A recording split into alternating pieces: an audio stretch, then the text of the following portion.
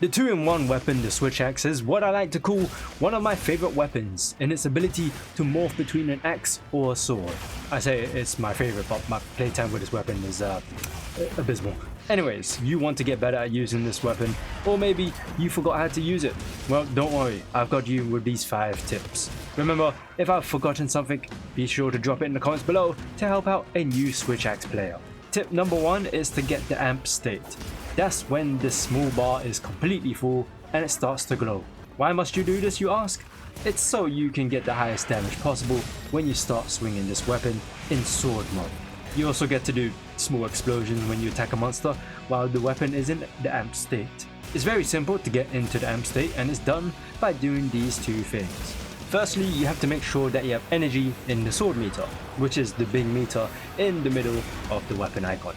It's actually called the switch gauge, but I like to call it the sword meter. If you don't have energy in the meter, then attacking in axe mode, which is the weapon's default mode, will allow you to build up the meter. If the meter is full, pressing R2 or RT will allow you to morph the weapon into sword mode. It's best to do an attack or move in any direction before pressing R2 or RT, so you can attack while morphing into sword mode. Attacking in sword mode will build up the amp meter to eventually go into the amp state. This leads on to my next tip, which is to use sword mode. If you haven't noticed, the sword mode is your main damage dealer, especially when the amp state is active. You want to be using this mode a lot more than axe mode. However, this doesn't mean that the axe mode is completely useless. As I said before, axe mode helps with regaining the sword mode's meter. There's also a mode that the axe mode can use to help increase the rate of the sword meter whenever you hit the monster, and that's called the power axe mode. To activate power axe mode, you just need to press circle or B to do the wild swing, and then after 2 swings, press triangle or Y to activate power axe mode. The bottom half of the weapon icon will also glow to tell you that power axe mode is active. Now I'm sure you noticed, but going into sword mode will make yourself move more slower, meaning that you should take extra care while attacking in this mode. Most of these attacks require more commitment, and if the monster is still active, then the chances of getting hit goes higher. There's also no harm in morphing back into axe mode so you can move faster to avoid getting hit.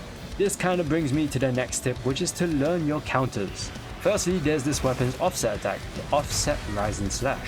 Obviously done in axe mode, pressing triangle and circle or Y and B will allow you to do this move. The special thing about this offset attack is that you can morph into sword mode by pressing R2 or RT. Or you can press triangle or circle or Y or B to make the axe mode go into power axe mode. The other counter you have is in sword mode. By pressing R2 and triangle or RT and Y, you can do the counter rising slash. If you counter at the right time, you won't take any damage. Whereas if you don't time the counter right, you take some chip damage. Quite important to remember, because there was a time where my health was super low, and even though I used the counter, I died instead of countering. So be sure to just keep an eye on your health while countering.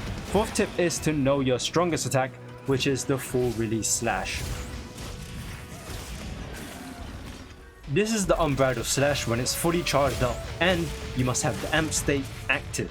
Without the amp state, then you can only do the unbridled slash. There's 2 ways to do this move, unless there's another way I forgot about. You can straight up press and hold R2, triangle and circle, or RT, Y and B together to do this move. Or after doing a focus strike and you've morphed into sword mode by pressing R2 or RT mid-attack. Holding down R2 or RT will also allow you to do this move. As you can clearly see, doing this attack takes time, so you need to find the right window to let loose this attack. Otherwise, don't blame me for when the monster sends you back to camp. Also, this move eats up the sword meter, so think about when you want to use this attack. It's best to use this move when the amp state or the sword meter is running out of energy. The last tip is to manage your meters. Pretty much everything I've said relies on managing your gauges or meters. Just keep an eye on your meters, because as soon as one of them runs out, you'll be ready to switch up your attacks. Using the switch axe relies on you being able to adapt to the changes of your weapon. Axe mode being the more mobile and safe to play with, and the sword mode being the less mobile and riskier to use. Also, try not to reload the weapon too much. Even though it can help with easily getting the sword meter back, you could be dealing damage while recharging the sword meter. It's really your own choice if you want to reload though. That's your 5 tips. There's quite a lot of stuff you can do with the Switch Axe, but I'll cover that in another video. Be sure to check out the previous video where I talked about 5 tips for the gun mounts. Remember to give this video a like so it can help me out and others too. Subscribe if you haven't already, and I shall see you guys later.